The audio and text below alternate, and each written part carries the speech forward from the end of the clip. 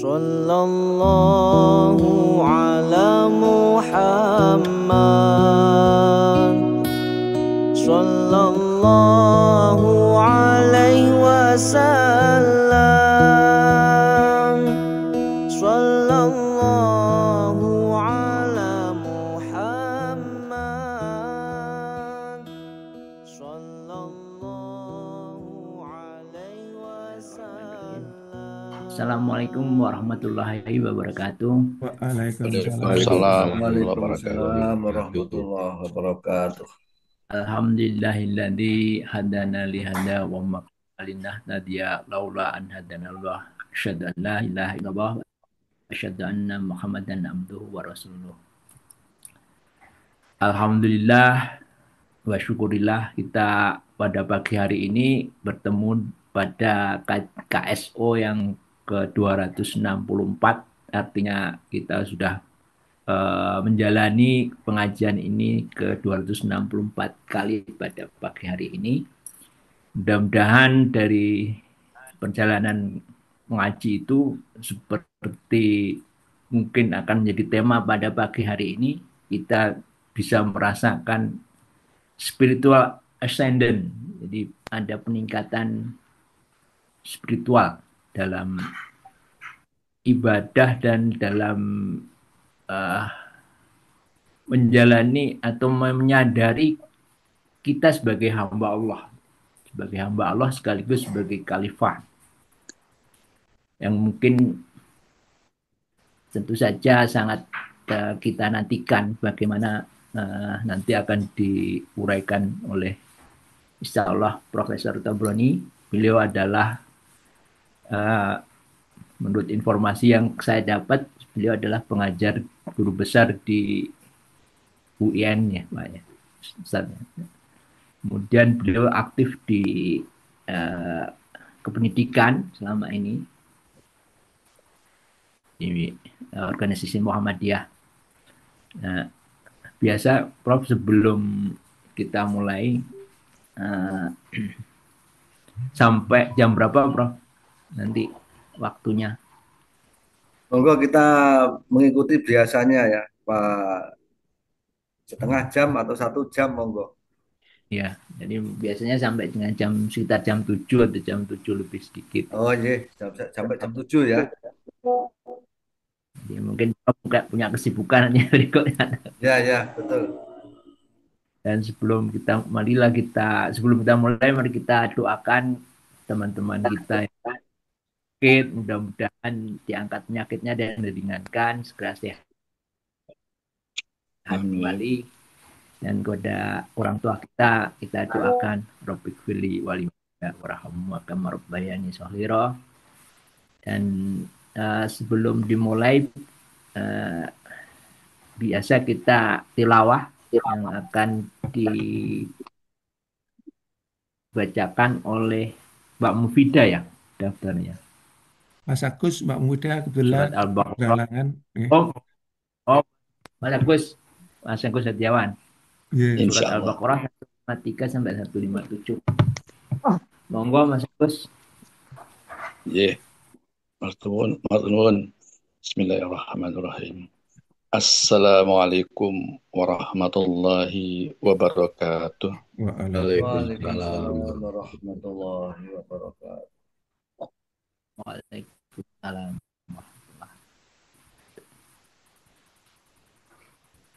أعوذ بالله من الشيطان الرجيم.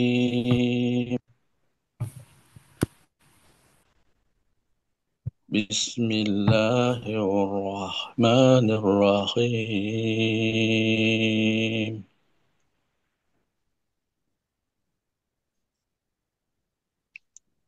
يا أيها الذين آمنوا استعينوا بالصبر والصلاة إن الله مع الصابرين.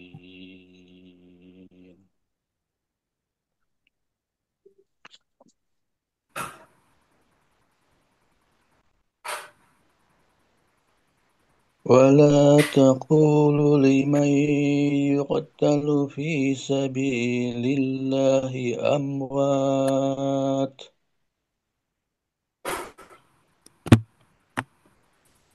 بل أحياء ولكن لا يشعرون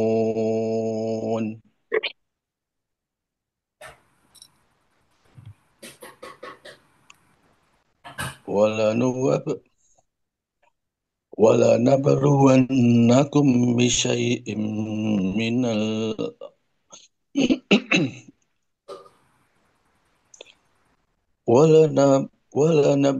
ولنبلونكم بشيء من الخوف والجوع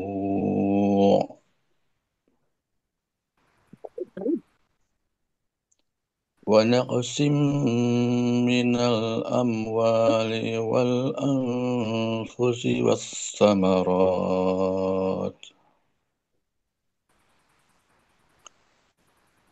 وبشر الصابرين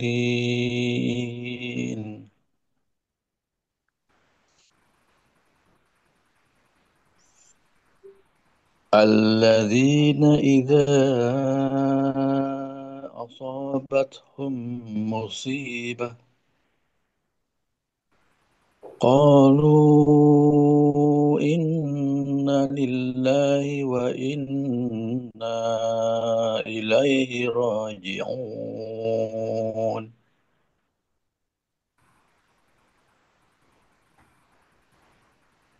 أولئك عليهم صلوات من ربهم ورحمة وأولئك هم المهتدون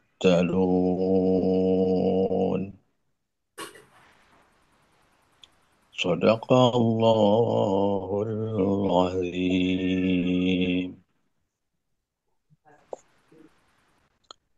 Aku berlindung pada Allah dari godaan syaitan yang terkutuk. Dengan nama Allah yang Maha Pengasih, Maha Penyayang.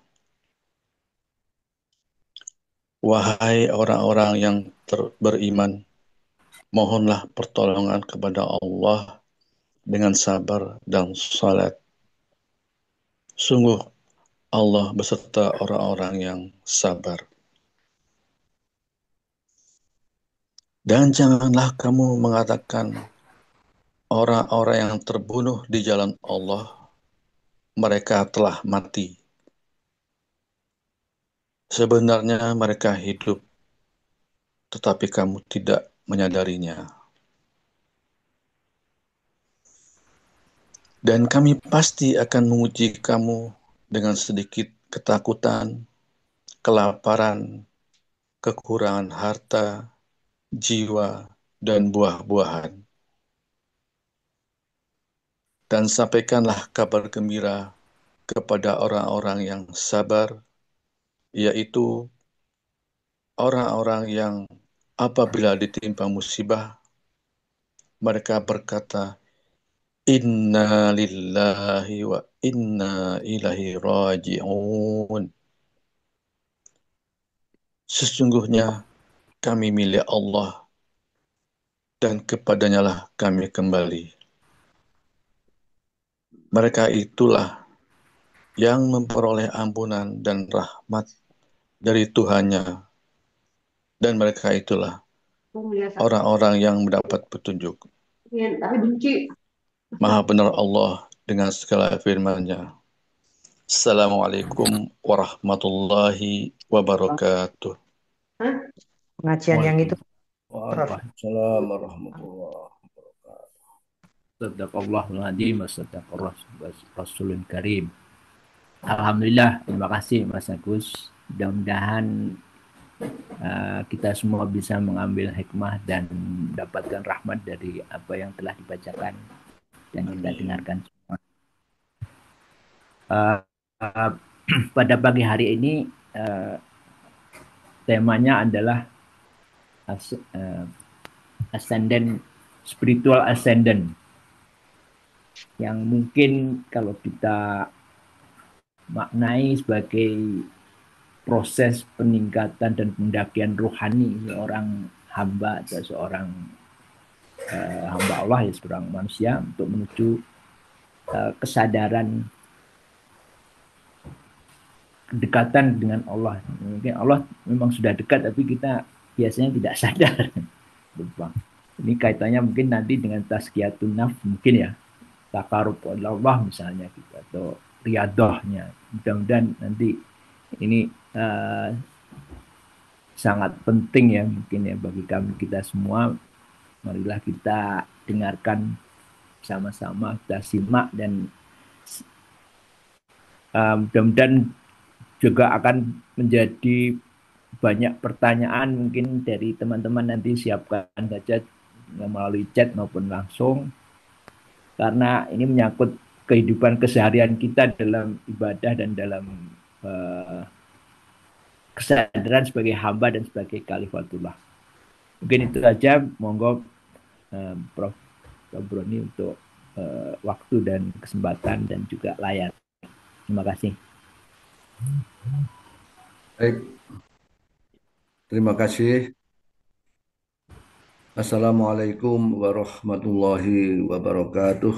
Waalaikumsalam warahmatullahi wabarakatuh. Alhamdulillahilladzi 'allama bil qalam. 'Allamal insana ma lam ya'lam. Subhanaka la ilma lana illa ma 'allamtana. Innaka antal alimul hakim. Allahumma sholli ala Muhammad wa ala alihi wa sahbihi ajma'in. Amma ba'd. Bapak Ibu peserta pengajian KSO, alumni Semanti ya,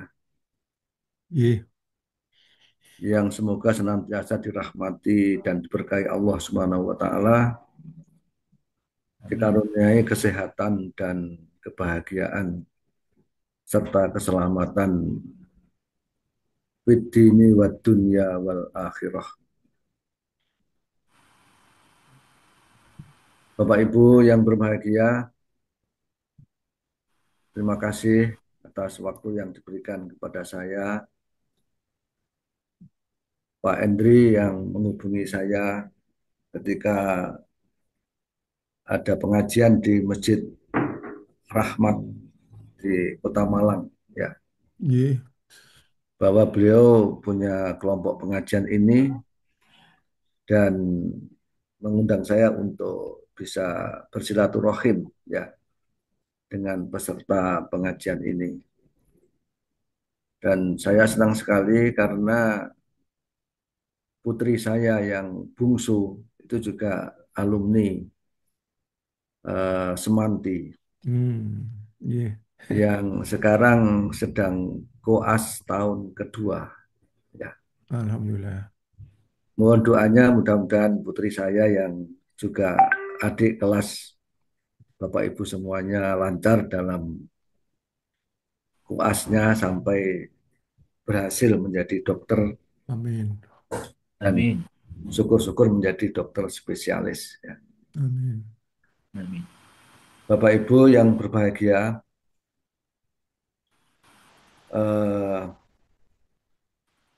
biasanya orang yang sudah pensiun, ini saya lihat tadi ini angkatan tahun berapa ini Pak Endri? Pak 80, Prof. 80 Mas. 80 ya, Alhamdulillah. Udah Selisih 5 tahun dengan saya ya. Malaysia 4 semua. tahun. Saya ini angkatan berapa ya? 84. Angkatan 81 ya. Ya, saya ini angkatan 81. Jadi seusia lah ya. Kami dengan Bapak Ibu semuanya ya. Jadi mungkin Bapak Ibu ada yang sudah pensiun, sudah purna. Hampir semuanya, Prof. Oh ya. Kalau saya masih 11 tahun lagi, ya, 10 tahun lagi. Iya. Ya, karena guru besar pensiunnya 70 ya, dan bisa diperpanjang sampai 9 tahun lagi sampai usia 79 Hmm. kalau Allah memberikan umur panjang. Ya, amin. Bapak Ibu yang berbahagia, biasanya orang yang sudah pensiun ini ada 3 hal yang sering dilakukan ya, atau menjelang memasuki pensiun, yaitu mengumpulkan harta untuk persiapan hari tua. Sehingga banyak orang yang apakah dengan cara yang benar atau dengan cara yang kurang benar ya. Tapi mudah-mudahan kita semuanya berada di jalan yang benar. Kemudian yang kedua, menguri-uri, menghidup-hidupkan hobi. Ya, yang hobi pelihara peksi ya atau burung, yang hobi olahraga, yang hobi tamasya, ya biasanya diuri-uri, dihidup-hidupi.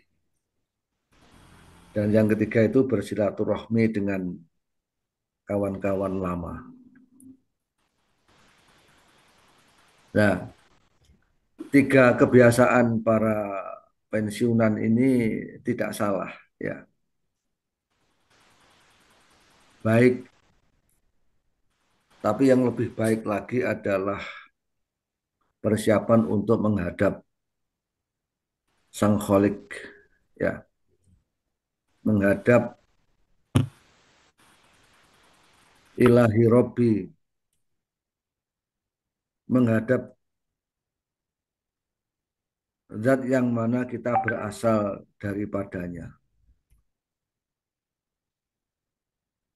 Karena itulah maka kegiatan pengajian ini yang terikat oleh alumni Semanti ini adalah sangat baik ya. Jadi satu kegiatan yang menggabungkan antara silaturahmi dengan kawan-kawan lama dan persiapan untuk menghadap Sang Kholik. Pak Komarudin Hidayat, atau mungkin barangkali sudah pernah diundang di forum ini, itu punya kegiatan yang namanya training kematian. Jadi training kematian ini bukan sebuah tentir ya, bukan sebuah doktrin menghafalkan man robuka, man nabiyuka, ma dinuka dan sebagainya. Atau yang selama ini kita sebut sebagai pertanyaan alam kubur. Tetapi Pak Komarudin Hidayat itu punya kegiatan namanya training kematian. Yang kegiatannya itu adalah mengajak para jamaah, para peserta untuk melakukan kegiatan-kegiatan yang terbaik ya. Mengembangkan kasih sayang, menciptakan kebaikan dan sebagainya karena Allah adalah zat yang maha baik, maha pengasih, lagi maha penyayang. Sehingga mempersiapkan untuk bertemu dengan Allah itu adalah dengan cara kita banyak berbuat baik, bersilaturahmi kepada sesama, dan mentajalikan sifat-sifat Allah, mewujudkan sifat-sifat Allah di dalam kehidupan kemanusiaan kita. Karena itulah maka sekali lagi saya appreciate ya kegiatan Bapak Ibu ini yang menggambarkan sebuah kearifan, ya, sebuah kebijaksanaan dan satu niat yang suci dan mulia, ya, untuk mengisi relung-relung kehidupan kita dengan kegiatan-kegiatan yang bernuansa spiritualitas. Jadi kita ini menjelang usia senja ini, justru yang kita pupuk itu dimensi spiritualitas, ya, bukan dimensi materialitas. Sebagaimana kebanyakan orang yang tadi saya singgung, kebanyakan orang itu ketika menjelang usia tua, yang dipikirkan itu mengumpul-ngumpulkan harta supaya selama hidupnya ini hartanya tidak berkurang, ya. Sehingga walaupun sudah pensiun, hartanya tetap bertambah. Kemudian memuja-muja hobi dan juga teman-teman lama. Tapi semuanya bukan berarti tidak baik, tetapi itu lebih kaya nuansa dimensi spiritual materialitasnya daripada dimensi spiritualitasnya. Bapak Ibu yang berbahagia,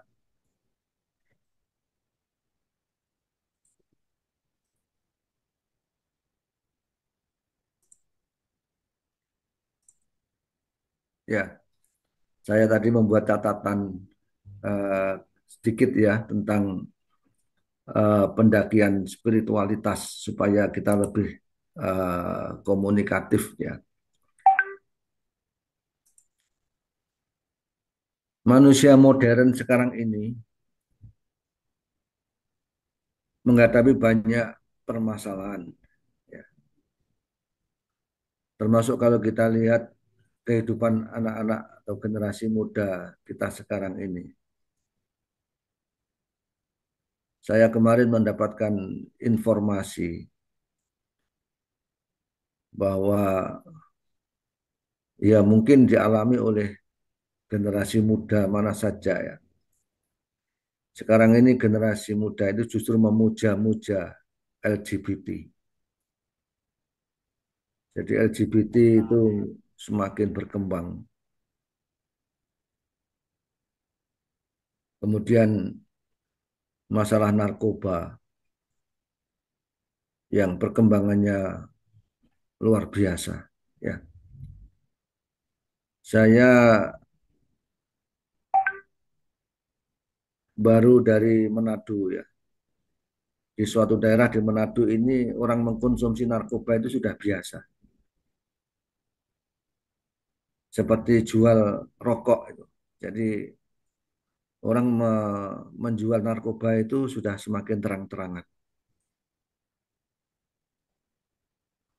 Ini tentu hal yang luar biasa. Di pulau-pulau di kalangan di Pulau Madura, ya, Bapak Ibu kalau yang dari Madura, di daerah Sapeken, yaitu daerah terluar termasuk gitu, ya. Jadi serangan narkoba itu luar biasa, ya. Ini tentu sangat memprihatinkan sekali karena itu bagian dari krisis manusia modern, ya. Krisis manusia modern itu ingin mencari kebahagiaan, tapi dengan cara memuja-muja materialitas dan justru membunuh spiritualitas. Kalau orang mengkonsumsi narkoba itu, saya sebenarnya juga ingin cari bahagia, tapi dengan cara yang sesat, dengan cara membunuh nurani, membunuh akal sehatnya, sehingga dia bisa mengalami satu keadaan, ya, yang mungkin menurut dia adalah bahagia. Jadi krisis manusia modern adalah krisis pada spiritualitas. Ini seorang filosof, ya, filosof Kepra, ya. Karena itu sebenarnya zaman modern ini adalah juga dikatakan sebagai zaman kemurungan atau abad kecemasan. Dalam suasana bergelimpangan materi. Kalau sekarang ini juga era informasi, era digital. Ternyata di balik hiruk pikuk era digital sekarang ini itu mengandung makna abad kecemasan ya. Banyak orang yang mengalami cemas dan murung. Jadi anak-anak muda kita ini di zaman serba canggih sekarang ini itu banyak yang terlena ya, dengan gadgetnya, dengan hal-hal yang memanjakannya. Tapi di balik itu dia cemas menghadapi hari esok. Karena mungkin dia kurang komunikasi, kurang kecerdasan, keterampilannya, soft skill, hard skill-nya sangat kurang hingga menghadapi kecemasan.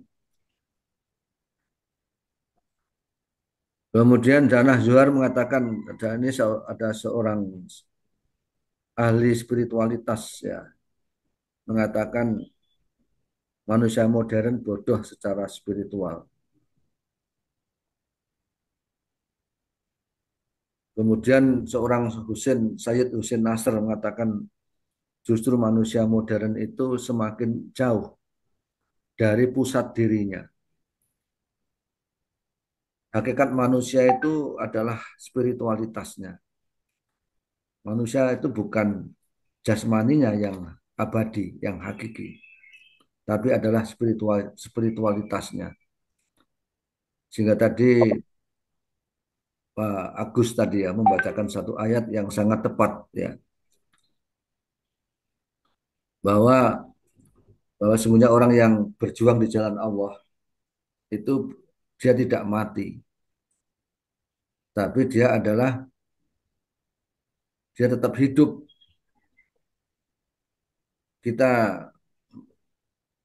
Dia kembali kepada Sang Khalik. Innalillahi wa inna ilaihi roji'un. Kembali. Ruhnya kembali kepada Allah. Ruhnya tetap abadi. Walaupun jasadnya telah mati, telah kembali menjadi tanah. Tapi ruhnya kembali kepada Allah. Tetapi jiwanya belum tentu kembali kepada Allah. Kalau jiwanya tidak dibimbing untuk mengenal Allah, untuk berkomunikasi kepada Allah, untuk mendekat kepada Allah, untuk mencintai Allah, mahabbah, untuk muraqabatullah, ma'iyatullah, maka boleh jadi jiwanya tersesat. Karena itu bagaimana rasanya orang tersesat? Tentu tidak ada orang yang tersesat yang bahagia. Ya. Apalagi kalau tersesatnya itu adalah kita tersesat di suatu tempat, kita tidak punya bekal, tidak punya pengetahuan, tidak punya kenalan. Maka tentu ketersesatan itu sangat menyedihkan.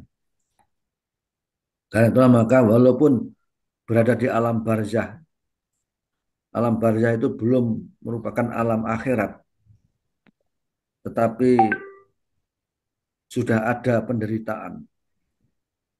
Orang yang tersesat jalannya menuju Allah, dia mengalami penderitaan. Baliknya orang yang dalam menunggu yaumul hisab, yaumul akhirah, itu dia memiliki bekal yang cukup dan dia dijanjikan akan masuk surga. Maka walaupun dalam era menunggu itu dia mendapatkan kenikmatan dan kebahagiaan. Sebaliknya orang yang tersesat dalam penantian di alam barzah itu. Dia kekurangan bekal dan dia dijanjikan neraka. Betapa menderitanya walaupun belum masuk neraka, tapi di hadapannya ditunjukkan neraka yang akan ditempatinya. Nah, inilah. Kemudian masih saya mengutip pendapat-pendapat para pakar ya. Arnold G. Toynbee, seorang sejarawan, mengatakan bahwa abad era modern itu manusia mengalami kekosongan jiwa. Disorientasi pada manusia modern. Ini tokoh-tokoh nasional, Pak. Mulyadi Kertanegara ini seorang yang mendalami filsafat dan sekarang beliau mengajar di Brunei Darussalam. Saya pernah diajar beliau. Manusia modern mengalami kehampaan spiritual dan manusia modern mengalami kehancuran akhlak dan kemerosotan akhlak dan kehancuran kemanusiaan.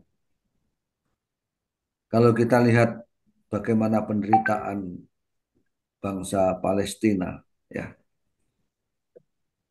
kebiadaban Israel yang justru didukung oleh negara-negara maju. Bagaimana negara maju memiliki rasa kemanusiaan justru mengalami krisis kemanusiaan. Mereka mendukung, membiayai,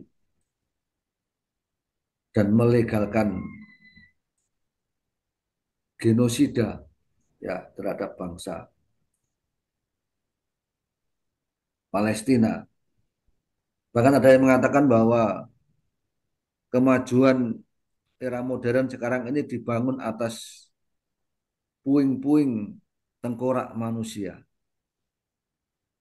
Sebagaimana kita ketahui bahwa kemajuan Amerika dan Eropa diawali dengan penjajahan terhadap negara-negara sedang berkembang. Hampir negara Asia, Afrika, dan juga Amerika Latin ditindas dan lain sebagainya.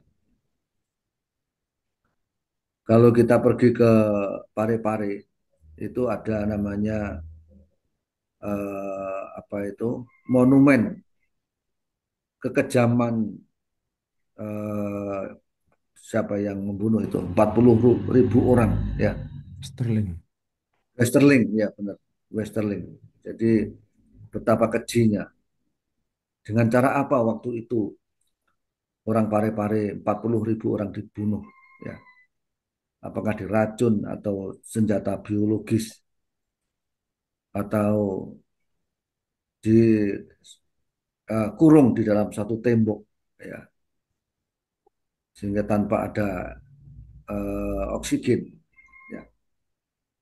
Kalau kita melihat penjaranya Pangeran Diponegoro di Makassar ya, tanpa ada ventilasi, bayangkan luar biasa itu, ruangan yang sempit tanpa ada ventilasi, itu penjara yang dialami oleh penderitaan yang dialami oleh Pangeran Diponegoro ya. Bapak Ibu yang berbahagia, apa sebenarnya yang disebut dengan spiritual atau ruh ya. Jadi spiritual atau ruh ini adalah sesuatu yang sifatnya sejati. Pencapaian derajat manusia menjadi manusia sejati. Manusia yang hakiki, manusia yang murni, abadi dan suci. Ya. Karena itu sebenarnya istilah spiritualitas ini bisa dicapai dengan agama maupun dengan tidak beragama. Orang yang tidak beragama juga bicara spiritualitas. Orang yang beragama juga bicara spiritualitas. Bedanya adalah orang yang tidak beragama dan bahkan mengaku ateis sekalipun, dia juga bicara spiritualitas. Dan bahkan dia juga bisa mengatakan saya mencapai spiritualitas. Orang yang tidak beragama tetapi mengatakan atau mencapai spiritualitas karena spiritualitas itu didasarkan pada nilai-nilai fundamental yang ada di dalam dirinya. Seperti misalnya nilai-nilai kasih sayang, nilai-nilai keabadian, keadilan, ya, nilai-nilai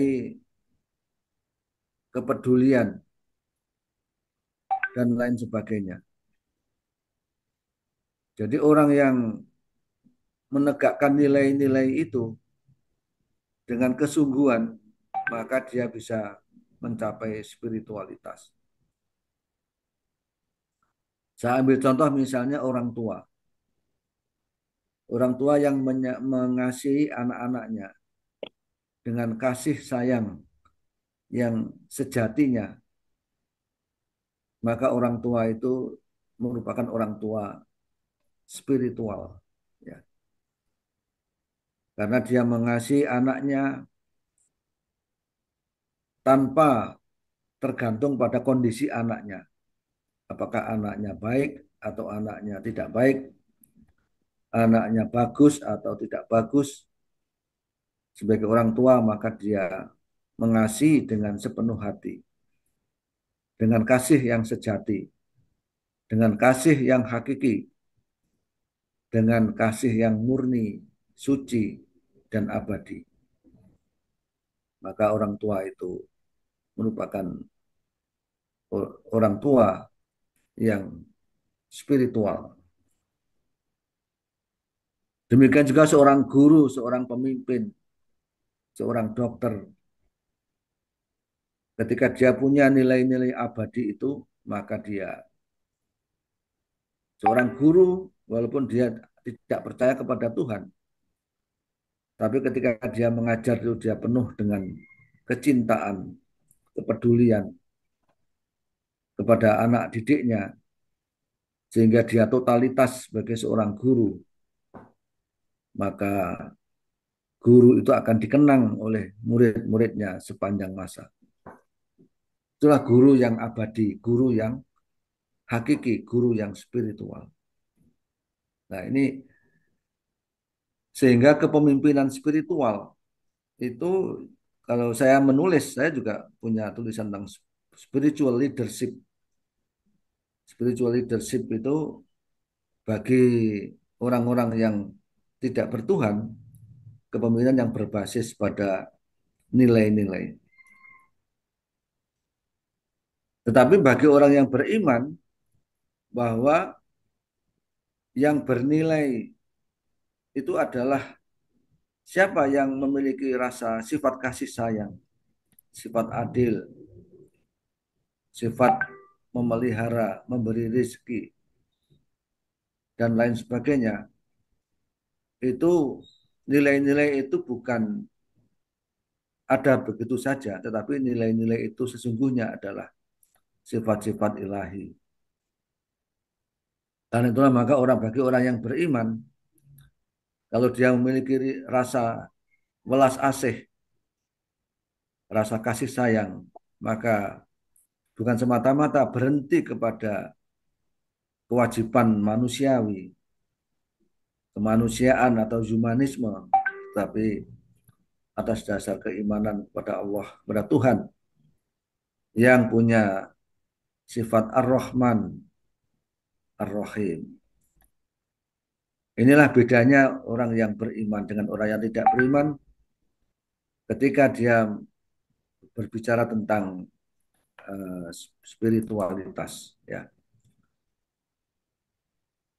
Sehingga yang namanya makhluk, apa bedanya makhluk dengan kholik? Ya, kalau kholik itu suci atau kudus, makhluk itu profan. Makhluk itu hakiki, abadi sejati dan azali, sementara makhluk itu profan, formal, temporal, tiruan, dan hadis atau baru. Nah, bedanya makhluk dengan kholik sebenarnya ini. Sehingga dalam pandangan agama, seorang manusia tidak akan mencapai spiritualitas tanpa dia berhubungan dengan sang kholiknya. Ya. Lalu bagaimana cara kita mencapai spiritualitas? Ya. Cara kita mencapai spiritualitas sebenarnya sudah ditunjukkan oleh Allah Subhanahu wa taala dan dicontohkan oleh Rasulullah Shallallahu alaihi wasallam dan diajarkan di dalam Islam. Ya. Yang paling mudah kita merujuk kepada rukun Islam. Ya. Syahadat, sholat, zakat, puasa, dan haji. Syahadat, sholat, puasa, dan haji adalah satu sistem, satu ekosistem ya. Bagaimana manusia meyakini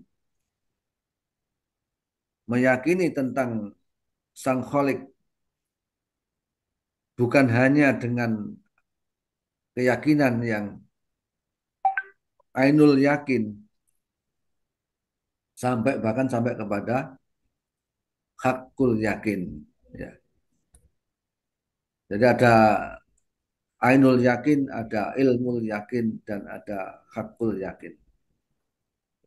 Jadi keyakinan kita terhadap Allah dan terhadap hari akhir itu adalah keyakinan yang insya Allah hakul yakin. Ya. Seperti misalnya para sahabat Nabi yang disiksa oleh kafir Quraisy karena dia memiliki keyakinan. Tetapi bagaimana mereka mempertahankan keyakinannya itu. Sehingga walaupun dia disiksa, dia lebih baik disiksa. Bahkan mati daripada dia meninggalkan keyakinannya yang hakul yakin. Itu syahadat, kekuatan syahadat. Dan dalam Islam ada sholat. Wasta'inu bis sabri was sholah.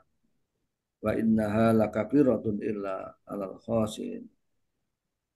Alladzina yadhunnuna annahum mulaqu rabbihim wa annahum ilaihi raji'un. Ya, tadi sudah disampaikan oleh Pak Kori tadi. Jadi jadikanlah sholat dan sabar dan sholat sebagai penolong. Artinya adalah sebagai penolong terhadap segala persoalan kemanusiaan. Jadi sebenarnya manusia itu persoalan terbesar itu adalah persoalan manusia itu jauh dari Tuhannya. Itulah sebenarnya persoalan terbesar manusia. Namun demikian, wa innaha lakabiratun illa 'alal khashi'in alladzina yadhunnuna annahum mulaqu rabbihim wa annahum ilaihi raji'un. Kalau kita sholat itu adalah bahwa kita hendak bertemu Tuhan kita. Itu orang-orang yang yakin bahwa mereka akan bertemu dengan Tuhan mereka. Karena sesungguhnya mereka kepadanya akan dikembalikan. Jadi spiritualitas itu sebenarnya kita bangun melalui sholat. Ya. Melalui zakat. Zakat adalah membersihkan. Khud min amwalihim sodakotan tutahhiruhum wa tuzakkihim. Jadi zakat itu adalah membersihkan harta dan jiwa kita. Orang yang tidak berzakat itu akan dihantui dengan jiwa kikir, tamak, dan rakus. Sehingga orang yang kikir, tamak, dan rakus pasti hatinya sakit, bahkan hatinya mati. Sehingga kalau orang itu ingin punya hati yang bersih, maka tidak ada lain selain kita berzakat. Sehingga orang yang berzakat ini akan tercermin ya di dalam kebersihan. Orang itu kalau filantropi, cinta kepada sesama manusia, itu ya salah satunya adalah diwujudkan dengan dalam bentuk zakat, sedekah, dan infak, apakah berupa materi atau berupa pertolongan. Ya. Kemudian puasa, wa idza sa'alaka ibadi anni fa inni qarib ujibu da'watad da'i idza da'ani falyastajibu li wal yu'minu bi la'allahum yarshudun. Sehingga puasa itu mendekatkan kita kepada Allah. Bahkan bukan hanya kita yang merasa, bukan semata-mata kita ingin mendekatkan kepada Allah, tetapi memang Allah itu memang benar-benar dekat kepada hambanya. Kemudian haji dan sebagainya. Ya. Kemudian di dalam orang-orang yang dekat dengan Allah, dia mengatakan radhiyallahu anhum wa radu'an. Orang yang dekat dengan Allah itu orang yang Allah meridhoinya dan mereka ridho kepadanya. Tentu tadi pagi kita melaksanakan sholat subuh, ya. Kita laksanakan dengan penuh sukacita. Dan memang kebahagiaan itu lebih baik mana, ya. As-sholatu khairum minan naum. Tentulah bahwa sholat lebih baik daripada tidur. Ya.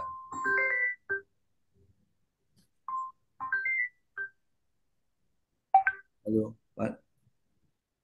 Sam. Oh iya, iya. Saya masih ngisi acara. Ya, nanti tak kontak ya. Iya, iya, iya, iya. Iya, iya, iya. Iya. Mohon maaf ada ini. Jadi Allah ridho kepada mereka dan mereka pun ridho kepadanya. Zalika liman khasya rabbah. Demikianlah bagi orang-orang yang takut atau sangat takut kehilangan kedekatan kepada Tuhannya. Sangat takut ditinggalkan oleh Tuhannya.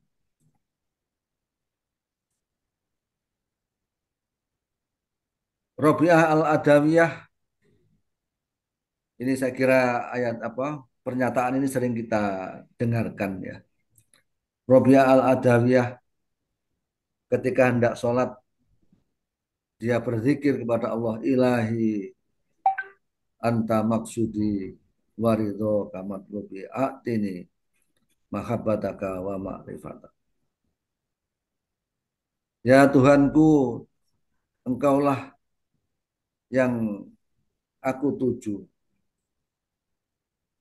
Waridho kamat lubi, dan ridhomu yang aku minta, aku dambakan. A'tini mahabbataka, berikanlah kepadaku cintamu, ya, dan makrifat kepadamu.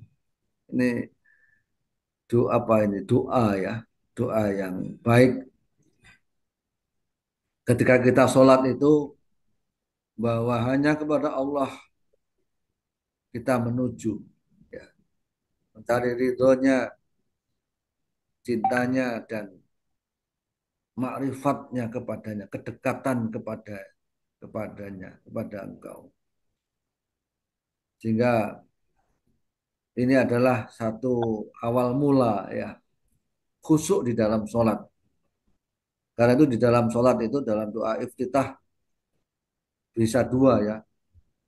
Inna sholati wa nusuki wa mahyaya wa mamati lillahi rabbil alamin.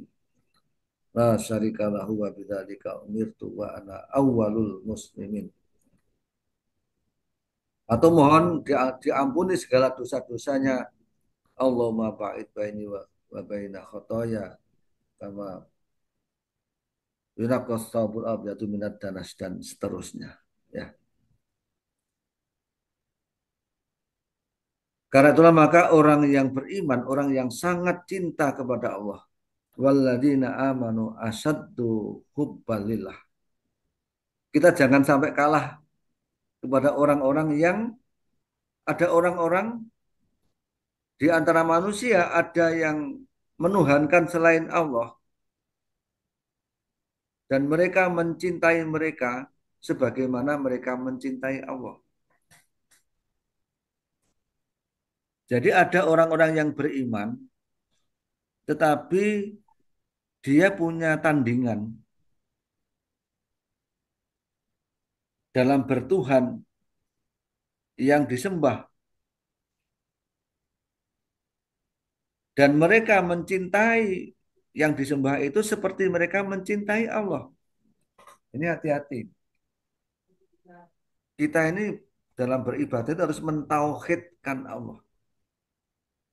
Jangan di samping bertuhan kepada Allah, tetapi juga mengambil Tuhan selain Allah sebagai bandingan atau sebagai tandingan yang juga dipuja-puja, dicintai sebagaimana mencintai Allah.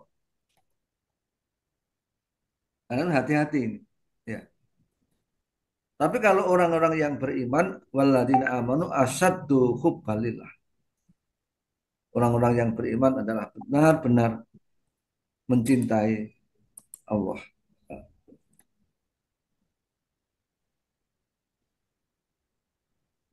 Jadi kalau doa dalam sholat tahajud kita itu menggambarkan kedekatan kita kepada Allah.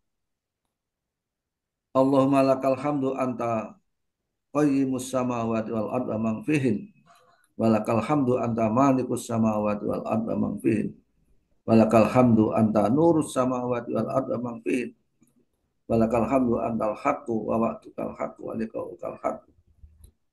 Wa qaulukal haqqu wal jannatu haqqu wan naru haqqu wa nabiyyuna haqqun wa Muhammadun sallallahu alaihi wasallam haqqun wa sa'atu haqqun. Allahumma laka aslamtu wa bika amantu wa alaika tawakkaltu wa ilaika anabtu wa bika khosamtu wa ilaika hakamtu faghfir lima qaddamtu wa ma akhartu wa ma asratu wa ma anta a'lamu bi minni. Antal muqaddim wa antal muakhiru la ilaha illa anta wa la haula wa la quwwata illa billah. Ini doa-doa yang kita panjatkan ketika kita tahajud yang menggambarkan keintiman kita kepada Allah. Kedekatan kita kepada Allah. Karena itu maka orang yang melaksanakan sholat tahajud itu orang yang berada di puncak spiritual, insya Allah. Ya. Nah, kemudian bagaimana cara kita menaikkan spiritualitas kita? Nah, ini saya menggunakan teorinya Imam Al-Ghazali ya, dengan tahalli dan tajali. Tahalli ini adalah tadi ya disinggung oleh Pak Sidi tadi ya tentang tazkiyatun nafas. Ya. Tazkiyatun nafas melalui 9 tahap ya, mulai dari pengetahuan nilai-nilai moral, keyakinan moral, identifikasi moral, sampai kepada taubat muhasabah, ada evaluasi moral. Ya, tadi saya ulangi lagi. pengetahuan nilai moral, keyakinan moral, identifikasi moral, pemaknaan moral, evaluasi moral, insaf, muhasabah, taubat, dan nadam. Ya, tentu ini kalau dijelaskan sangat panjang lebar. Mungkin nanti bisa dibaca di Al-Ghazali, ya Ulumuddin, atau Ajaibul Qulub. Kemudian tahali. Jadi tahali itu mengosongkan jiwa dari hal-hal yang menghalangi hubungan kita kepada Allah. Menjadi tabir, menjadi hijab, penghalang hubungan kita kepada Allah. Dan tahali dengan mengisi amalan-amalan, ada riyadhah, ya zuhud, qanaah, sabar, fakir Allah, ikhlas, ihsan dan islah, dan amalan-amalan hati, zikir, doa, tawadhu, muru'ah, tawakal, tazkiyah, muraqabah, ma'iyatullah, muraqabatullah. Kemudian sampai pada buahnya yaitu tajalli, takhallaku bi akhlaqillah, ya. Takhallaku bi akhlaqi Rasulillah, takhallaku bi akhlaqil mu'min. Berakhlaklah sebagaimana akhlaknya Allah, dan berakhlaklah sebagaimana akhlaknya Rasulullah, dan berakhlaklah sebagaimana akhlaknya orang-orang yang beriman. Bapak Ibu sekalian, demikianlah sebagai pengantar apa yang bisa saya sampaikan.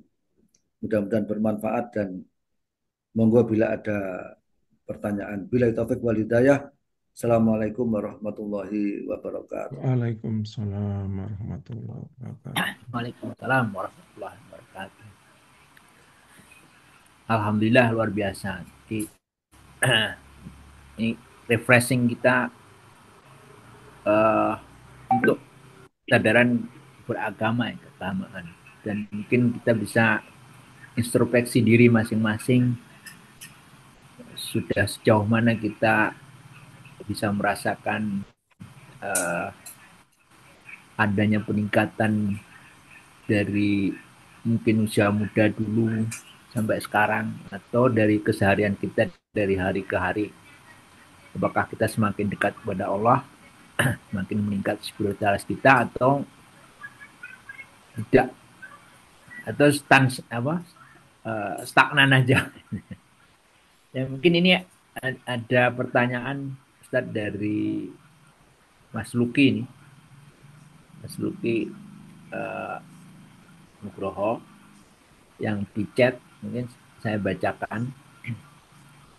Pertanyaan yang pertama adalah, apakah hukumnya membanggakan orang non-muslim karena pemikiran dan karyanya yang hebat untuk kemanusiaan? Bagaimana sikap kita jika menemui orang non-muslim seperti ini? Pertanyaan pertama. Kemudian yang kedua, mengapa Zionis yang dimaksud Zionis Israel membunuh warga Palestina sementara mereka juga memiliki sifat spiritualitas, bahkan punya agama? Kemudian sekalian aja mungkin nanti biar dijawab sekaligus. Ini lanjutannya adalah, apakah sehubungan pertanyaan nomor 1, sikap membanggakan orang non-muslim apalagi yang memiliki sifat jahat akan merusak keimanan kita? Ini kurang lebih pertanyaan dari Mas Luki. Monggo Prof. Baik, terima kasih ya. Pertanyaan dari Pak Luki ya. Jadi bagaimana membanggakan orang non-muslim? Yang kita banggakan tentu bukan orangnya ya, bukan keyakinannya, tetapi adalah kesungguhannya di dalam mengembangkan ilmu, di dalam mengembangkan sains dan teknologi. Jadi orang-orang yang berbuat baik, apakah dia mengaku beragama atau tidak, Islam atau tidak, itu juga diapresiasi oleh Allah. Innalladzina amanu walladzina hadu wan nasoro wassobiina man amana billahi wal yaumil akhir. Jadi di situ dikatakan wa amila sholihan falahum ajruhum inda rabbihim wala khaufun alaihim wala hum yahzanun. Orang-orang yang beriman dari kalangan Yahudi, Nasrani, Majusi, dan bahkan Sobiin yang beriman kepada Allah dan berbuat baik kepada sesama, berkarya, mereka akan mendapatkan balasan dari Tuhan mereka. Mereka tidak ada rasa ketakutan dan mereka tidak akan bersedih. Jadi Allah itu mengapresiasi siapa saja yang berbuat baik. Bersungguh-sungguh di dalam mengembangkan ilmu pengetahuan dan teknologi yang bermanfaat untuk kemanusiaan. Tapi ayat ini dikatakan bahwa tidak ada janji mereka akan dimasukkan ke dalam surganya. Jadi biasanya ayat yang berkaitan dengan amal soleh, orang-orang yang beramal soleh, orang yang beriman dan beramal soleh, itu biasanya dikaitkan dengan balasan surga. Tapi ayat ini tidak dikatakan seperti itu. Siapa saja orang yang berbuat baik kepada sesama manusia, maka dia akan mendapatkan apresiasi. Bukan hanya apresiasi dari sesama manusia, bahkan Tuhan pun mengapresiasinya. Tapi kalau mereka tidak beriman kepada Allah, maka apakah dia masuk surga atau tidak, itu hak prerogatifnya Allah. Karena itulah maka sikap kita di dalam kehidupan ini, kita harus bersikap sebagaimana Allah bersikap. Ketika orang itu berbuat baik, maka kita apresiasi. Masalah kesesatan keyakinannya itu urusan Allah Subhanahu wa Ta'ala. Ya. Tetapi dalam ayat yang lain juga dikatakan bahwa memang ada orang-orang kafir yang kehidupan dunianya glamaur, kemudian menjadikan ini ayat ini ditujukan kepada Nabi, janganlah sampai Rasul itu kemudian apa istilahnya itu ya, mendewakan mereka, mengutamakan mereka, mencintai mereka melebihi cintanya kepada sesama orang yang beriman. Ya. Jadi memang kita boleh di dalam karya, di dalam ilmu pengetahuan dan teknologi, dikatakan bahwa ilmu pengetahuan dan teknologi itu adalah sifat Allah, bagian dari kekuasaan Allah. Karena itulah ambillah di mana saja berada. Jadi memang dalam kehidupan ini, kita ini tidak bisa dilepaskan dari pergaulan antar manusia yang berbeda-beda. Ya. Jadi misalnya kalau kita katakanlah kita menggunakan Zoom ini. Kita menggunakan Zoom ini tentu betapa banyaknya orang yang terlibat, karya orang lain yang terlibat, sehingga kita bisa bersilaturahmi secara virtual dari berbagai tempat. Ya. Karena itu kita nggak mengapa mengapresiasi mereka yang telah membuat teknologi seperti ini. Sebagaimana Allah pun mengapresiasi. Tetapi kita tidak membangga-banggakan keyakinan mereka atau kekufuran mereka karena kita tidak tahu niat yang sesungguhnya. Ya. Boleh jadi dengan kekayaan itu digunakan untuk kejahatan juga bisa. Ya, karena itu tidak apa-apa kita mengapresiasi karyanya, tetapi kita tidak membangga-banggakan keyakinan mereka. Ya, karena kita punya keyakinan sendiri. Sehingga dikatakan di dalam Al-Quran, walain atainal walain ataina, apa ini ayatnya ini dalam surat Al-Baqarah ini. Walain ataital ladzina utul kitaba min kulli ayatin mattaba'u kiblatak wa ma anta bitabi'in kiblatahum wa ma ba'duhum bitabi'in kiblata ba'd. Wala ini taba'ta ahwa'ahum min ba'di ma ja'ahumul min ba'di ma ja'aka minal ilm. Dikatakan seperti itu dalam Al-Quran ya. Bahwa ini ayat ini ditujukan kepada Rasulullah. Walaupun engkau memberikan penjelasan 1000 kali, 1000 bukti penjelasan kepada orang-orang yang diberi kitab, ahlul kitab yang tersesat, maka mereka tidak akan mengikuti kiblatmu. Wala ini tabakta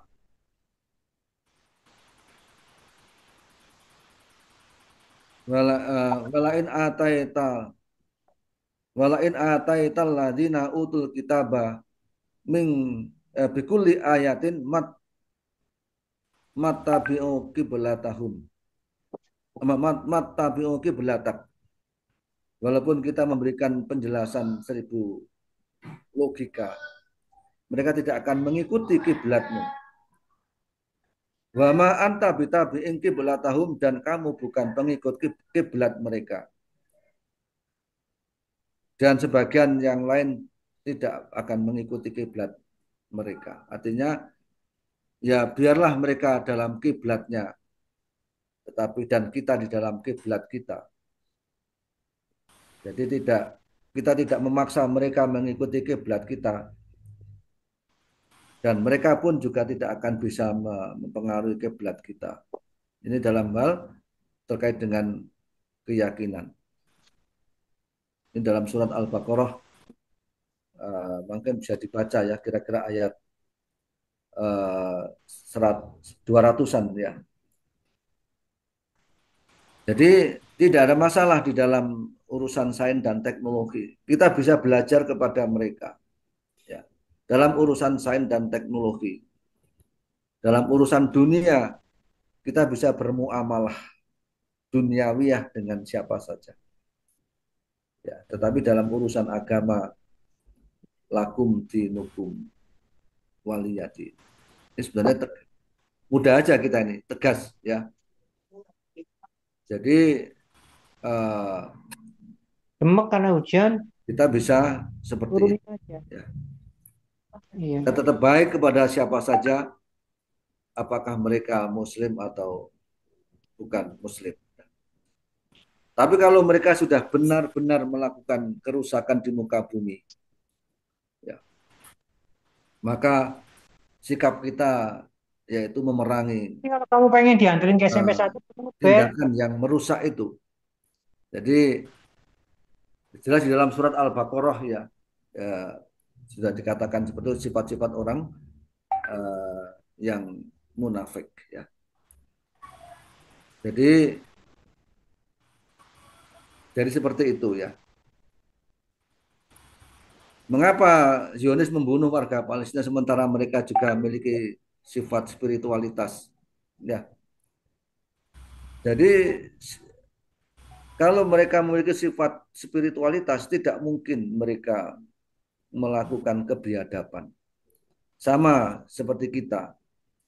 Ketika kita melakukan tindakan yang biadab, saat itu pula dia tidak punya keimanan. Ya, jadi siapa saja yang melakukan tindakan kebiadaban, saat itu dia berada di dalam kekufuran dan berada di dalam kemunafikan. Karena itulah maka ya sifat kita tegas ya. Kalau orang membunuh tanpa alasan yang hak, ya, membunuh anak-anak, membunuh wanita-wanita, orang-orang tua, itu adalah satu dosa yang besar. Kecuali kalau dalam peperangan, ya, dalam peperangan ini memang darurat, ya.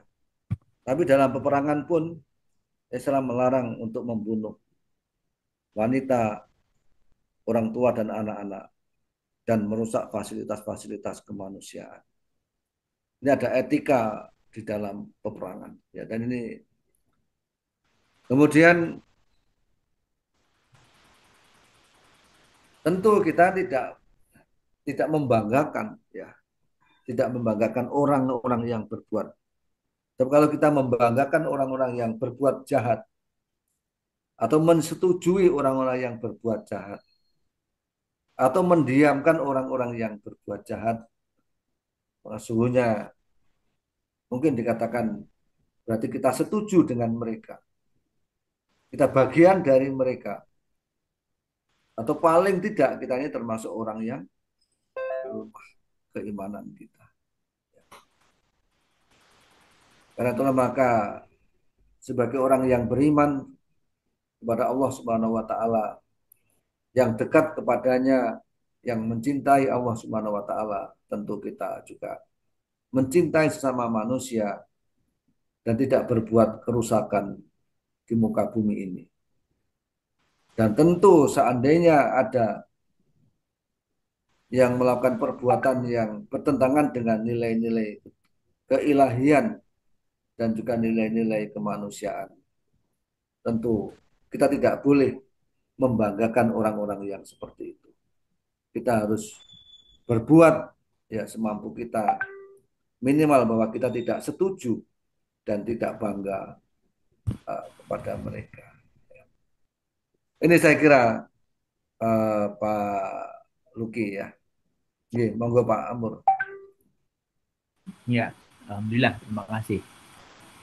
Jadi mungkin mudah-mudahan sudah bisa jelas Mas Luki. Ada teman-teman lain yang ingin diminta pencerahan atau pertanyaan Ibu caranya sambil gimana, Bu? menunggu.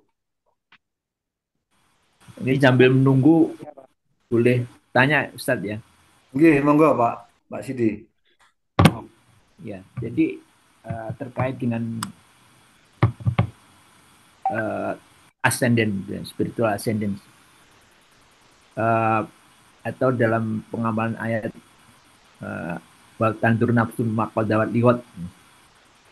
Nah, bagaimana kira-kira kalau kita aplikasikan kepada diri kita sendiri, Ustaz, untuk mengukur atau introspeksi, apakah spiritualitas kita itu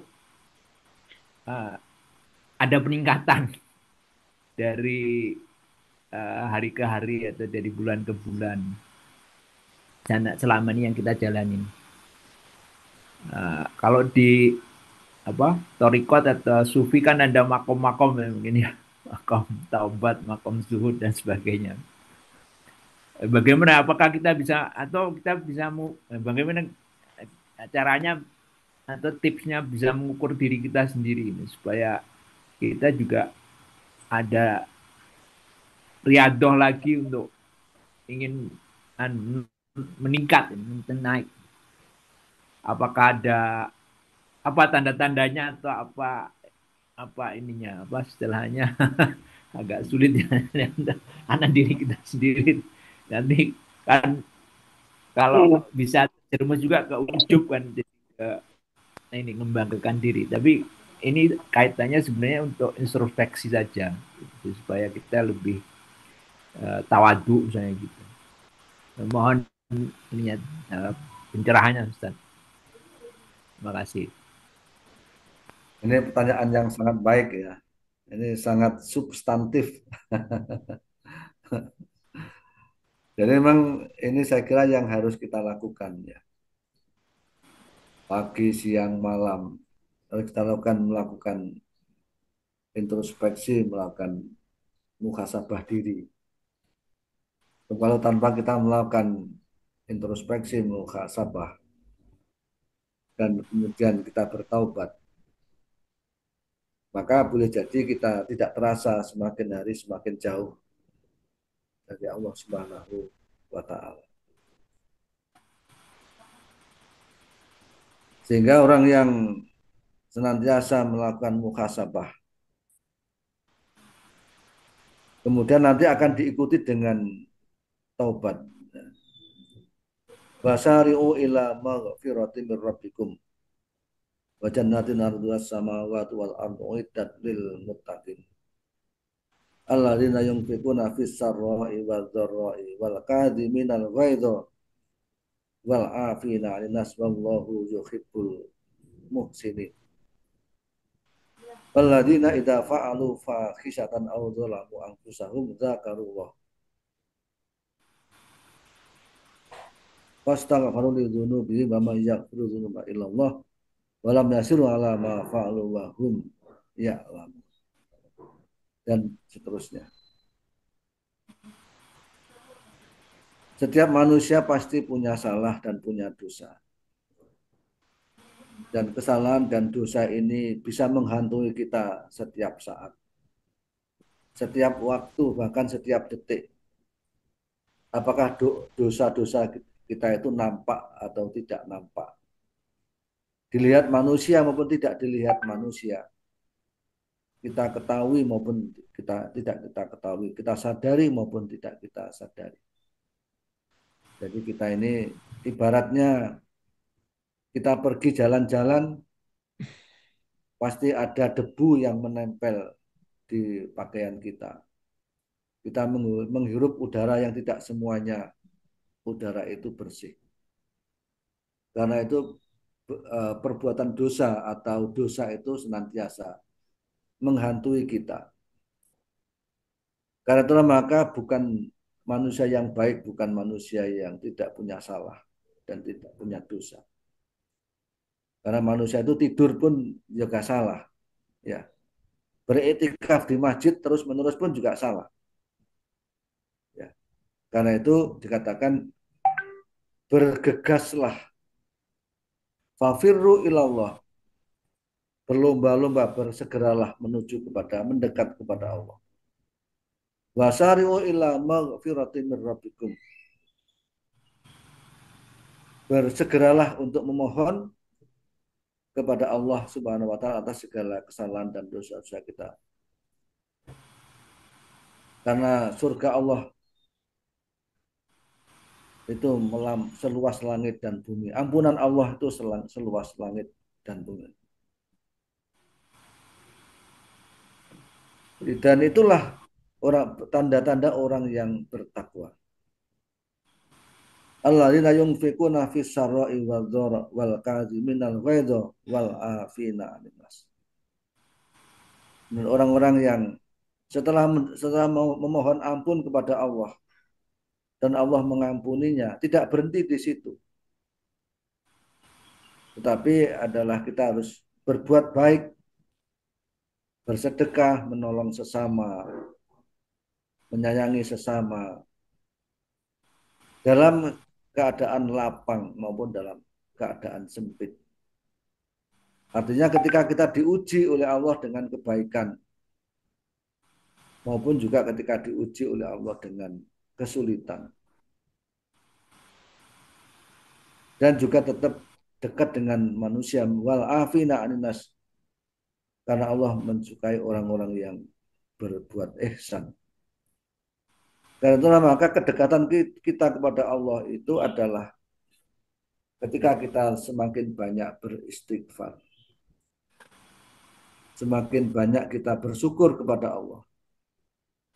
Jadi kalau lisan kita, hati kita lebih banyak mengucapkan syukur kepada Allah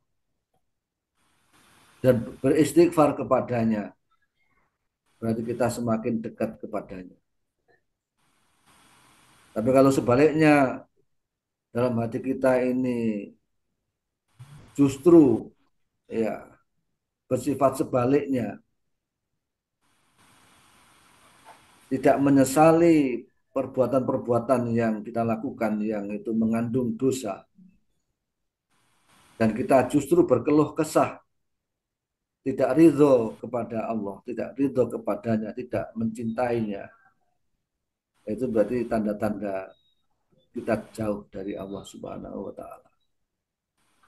Jadi orang yang dekat dengan Allah Subhanahu wa Ta'ala tidak berhenti di situ, tapi juga dia mendekatkan kepada sesama manusia, yaitu melakukan infak, sedekah, dan memberikan maaf kepada sesama manusia, dan juga berbuat baik dalam pengertian yang luas.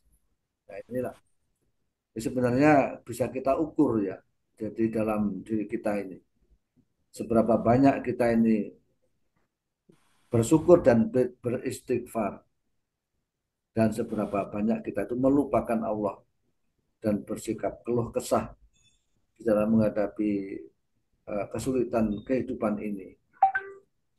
Tentu semakin bertambah usia, sebenarnya masalah itu tidak semakin sedikit ya. Jadi bertambahnya usia tidak menjamin masalah kita selesai. Kita pensiun tidak menjamin masalah hidup kita selesai. Juga semakin banyak masalah ya, terkait dengan masalah kesehatan, masalah anak-anak, masalah pasangan hidup, masalah dengan tetangga, masalah-masalah keuangan dan lain sebagainya. Tentu, tetapi dengan bertambahnya usia, dengan banyaknya masalah, harus diimbangi dengan spiritualitas. Sehingga dikatakan wasta'inu bisabri wassalah. Fa innaha lakabiratun ila alal khashiyin. Karena itulah maka dengan sholat dan sabar, spiritualitas kita harus kita tingkatkan, sehingga dengan demikian kita semakin kuat untuk menghadapi permasalahan itu, dan dengan tetap bersyukur kepada Allah, dan kemudian banyak beristighfar serta berbuat baik kepada sesama manusia. Saya kira ini Pak Sidi. Terima kasih. Ya, alhamdulillah, terima kasih. Kurang lebih kalau saya sarikan, jadi mudah-mudahan ini mohon koreksinya kalau kurang tepat. Di hubungan kita, keseharian kita, ibadah kita merasa semakin dekat, semakin intim ya, ya. Kemudian kenangan batin tadi itu menghadapi segala macam persoalan, masalah, baik dengan keluarga, dengan tetangga, dengan sosial, masyarakat itu sabar dan tenang gitu ya. Kemudian akhlak sosialnya semakin baik, kecintaan kepada kebaikan, dan mungkin ditutup dengan tadi itu orientasi akhirat atau ukhrawinya lebih kuat daripada keduniaan. Mungkin kurang lebih itu Ustaz ya. Iya, Pak. Atau Setuju. Nggih, nggih. ya, tapi apa namanya? Ya, itu untuk muhasabah. Karena kita bagaimanapun eh, apa ya? eh, dalam kan harus nampak keagamaan kita itu dalam kehidupan sosial keseharian kita. Mungkin ada teman-teman, Mas Hendri, atau Cukup kalau Ya Pak. cukup Agus, bicara Pak. Nggih. Nggih. Ya Pak. monggo. Bicara Pak. Bicara Pak. Ye, monggo. Oh ya. Silakan. Ya. Pak Saiful nih. Oh ya. Boleh. Silakan Pak Saiful. Ya. Assalamualaikum warahmatullahi wabarakatuh. Waalaikumsalam. Waalaikumsalam warahmatullahi wabarakatuh. Tadi telah dibahas sedikit tentang andada atau Belum, Bu. membandingkan. Halo, bisa didengar? Sakit, Ya, sakit. bisa. Lanjut, Oh, lanjut. ya. Silakan, Pak. Ya, ini kaitannya tadi dengan andada. Di masyarakat kita sekarang itu banyak sekali yang mencintai atau menyayangi sesuatu sangat berlebihan. Contohnya, kita selalu menyenangi atau memuja-muja pimpinan kita atau ustadz kita atau kiai kita dan seterusnya secara berlebihan. Sehingga ada istilah sumpah setia atau yang disebut dengan baiat. Baiat. Kadang-kadang karena saking sayangnya kepada itu kita sampai mau ya sumpah setia kepada orang yang sangat sayangi. Dikaitkan juga kadang-kadang ada istilah itu kan imam apa namanya al-jamaah.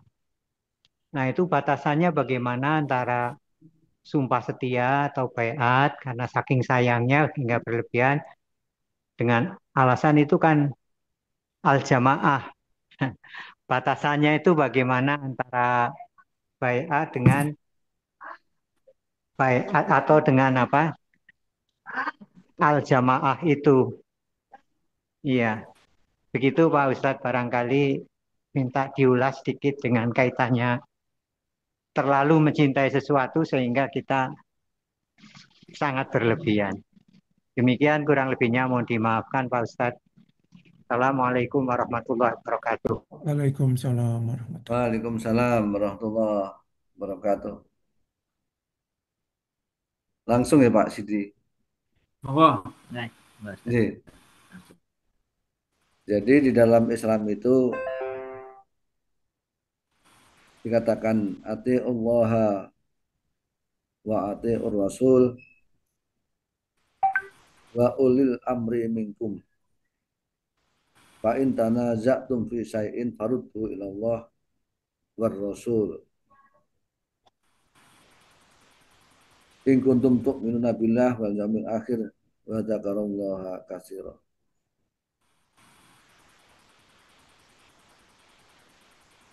Kita disuruh taat kepada Allah dan disuruh taat kepada Rasul. Dan juga ulil amri. Jadi ulil amri ini bisa pemimpin negara, pemimpin dalam sebuah perusahaan, maupun juga pemimpin dalam sebuah jamaah. Ya. Jadi karena itu bagian dari etika, ya. Etika kepada Allah, sikap etis kita kepada Allah, sikap etis kita kepada Rasul, dan sikap etis kepada pemimpin bangsa dan negara, pemimpin organisasi, pemimpin jamaah, pemimpin sholat, imam dalam sholat, dan sebagainya. Tetapi dikatakan bahwa ada batas-batasnya. Ya.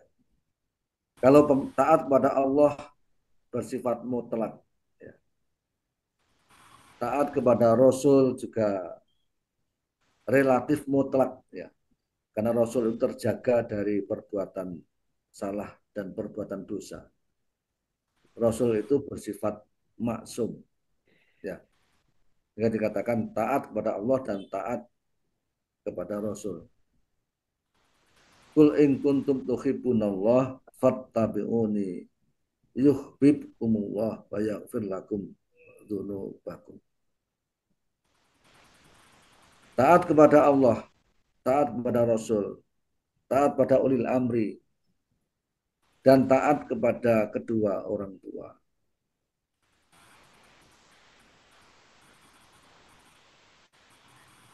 Kalau ulil amri itu tidak taat kepada Allah, kehendak Allah dan kehendak Rasulnya secara jelas, maka kita boleh tidak taat, walaupun tidak mesti kita harus menentangnya. Ya, misalnya ulil amri melegalkan perjudian, ya kita nggak taat, kita tidak ikut berjudi. Tapi apakah kita kemudian menentang ulil amri itu? Ya sesuai secara proporsional. Ya. Jadi sesuai dengan kemampuan kita, karena sudah ada anggota dewan, ya, yang tentu kita menyuarakan lewat anggota dewan. Tidak menjadi parlemen jalanan, ya.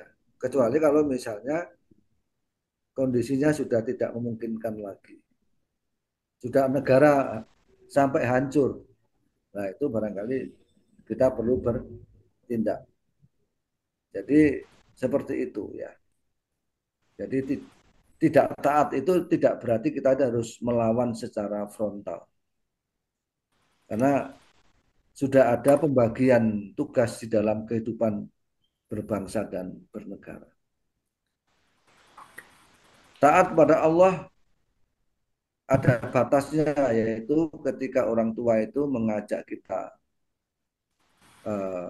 mensekutukan Allah, maka kita boleh tidak taat, tetapi tetap berbuat baik kepada kedua orang tua. Ya.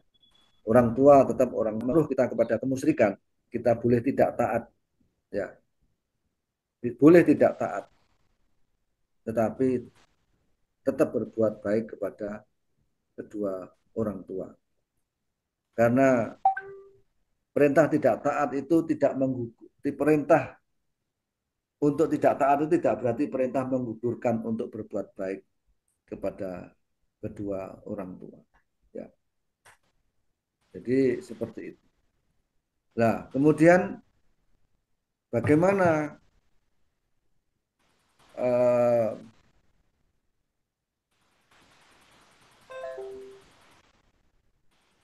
walladina yattakhidhu min dunillahi andada, tadi seperti tadi itu.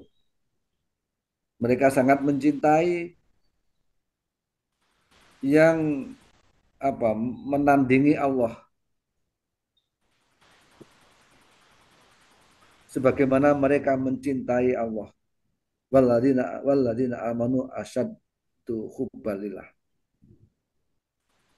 Nah, ini memang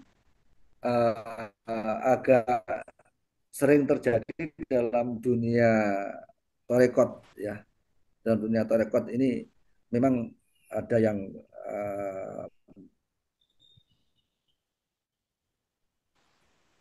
mendapatkan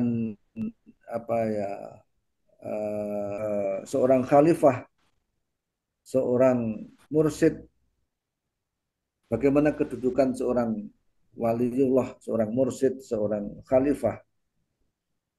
Dia adalah pembimbing spiritual kita, tapi posisinya adalah di bawah Allah, di bawah Rasul, ya. Dan kita taat kepadanya, kita hormat kepadanya. Tetapi tidak berarti kita harus berdoa kepadanya. Kita harus mencintainya sebagaimana mencintai Allah. Dan derajatnya itu, derajat cinta kepada Allah, derajat cinta kita itu adalah cinta kepada Allah, cinta kepada Rasulullah, cinta kepada orang tua, atau bukan orang tua ya, tapi cinta kepada sesama orang yang beriman. Ya, kalau orang tua tidak beriman kepada Allah, ya ini juga masalah. Dalam kaitannya dengan Allah itu,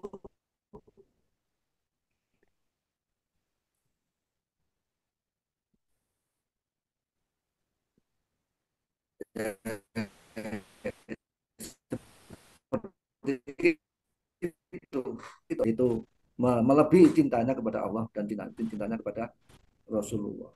Memang ditengarai ya di dalam torekot-torekot itu seorang khalifah itu kadang-kadang dianggap lebih mulia daripada Rasulullah. Ya. Ya, seorang khalifah lebih tinggi daripada Rasulullah. Naudzubillah. Ya. Naudzubillah, summa naudzubillah. Ya. Memang sejak zaman Rasulullah itu tasawuf itu belum ada, ilmu tasawuf itu. Tadi dikatakan oleh Pak Sidi ada makomat, ya. Tetapi Rasulullah sudah mempraktekkannya. Ya. Ya, sama dengan ilmu fikih itu belum ada zaman Rasulullah, tapi Rasulullah sudah mempraktekkan. Jadi kita harus proporsional ya. Jadi dikatakan bahwa jangan sampai anak-anakmu, istri-istrimu, harta-hartamu, atau junjungan-junjunganmu melebihi cintanya kepada Allah dan cintanya kepada Rasul dan perjuangan di jalan Allah. Ya. Saya kira ini ada proporsionalnya, Pak Saiful. Saya kira begitu, Pak Sidi. Alhamdulillah. Allah ya, mudah-mudahan Pak Saiful sudah cukup jelas. Karena ini waktunya juga udah Pak. Nah, Terima kasih, Barakallah. Mungkin ingin ditanyakan, mungkin lain waktu bisa bisa jumpa lagi dengan Ustaz Tobroni dengan topik yang mungkin berbeda. Pada kali ini saya sendiri sebagai moderator pagi ini mohon maaf apabila ada kata-kata dan kalimat yang kurang berkenan. Sebelum ditutup, doa untuk ditutup pengajian pagi ini. Silakan Ustaz. Baik, a'udzubillahi minasyaitonirrajim. Bismillahirrahmanirrahim. Alhamdulillahirabbil alamin. Wa bihi nasta'inu ala umuri dunya waddin. Asyhadu an la ilaha illallah wahdahu la syarikalah wa asyhadu anna Muhammadan abduhu wa rasuluh. Allahumma shalli ala Muhammad wa ala alihi wa sahbihi ajma'in warhamna ma'hum bi rahmatika ya arhamar rahimin. Allahumma ighfir lana dzunubana wa liwalidayna warhamhum kama rabbawna shighara. Allahumma hayyina bil iman wa amitna bil iman wa ansurna 'alal iman. Nikmatud dunya wa nikmatul akhirah ma'al iman innaka 'ala kulli syai'in qadir. Allahumma nawwir qulubana bi nuri hidayatika kama nawwartas samawati wal ard. Allahumma tawwil umurana wa nawwir qulubana wa afi abdanina wa wasi' arzaqana wa aslih a'malana wa auladana وأعمالنا آمين ربنا تقبل منا إنك أنت السميع العليم آمين وتب علينا إنك أنت التواب الرحيم آمين ربنا آتنا في الدنيا حسنة آمين وفي الآخرة حسنة وقنا عذاب النار آمين Amin. صلى الله على محمد وعلى آله وصحبه أجمعين آمين سبحان ربك رب العزة عما يصفون وسلام على المرسلين walhamdulillah rabbil alamin. Saya juga menyampaikan kurang lebihnya, mohon maaf, mudah-mudahan bermanfaat Bapak Ibu semuanya. آمين Assalamualaikum warahmatullahi wabarakatuh. Waalaikumsalam.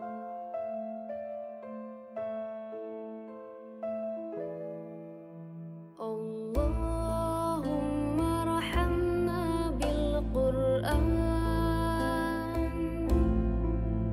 واجعله لنا إماما ونورا وهدى ورحمة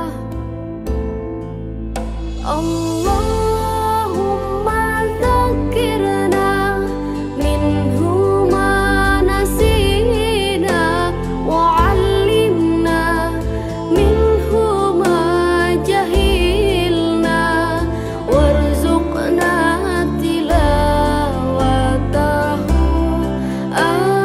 آناء الليل وأطراف النهار واجعله لنا حجة يا رب العالمين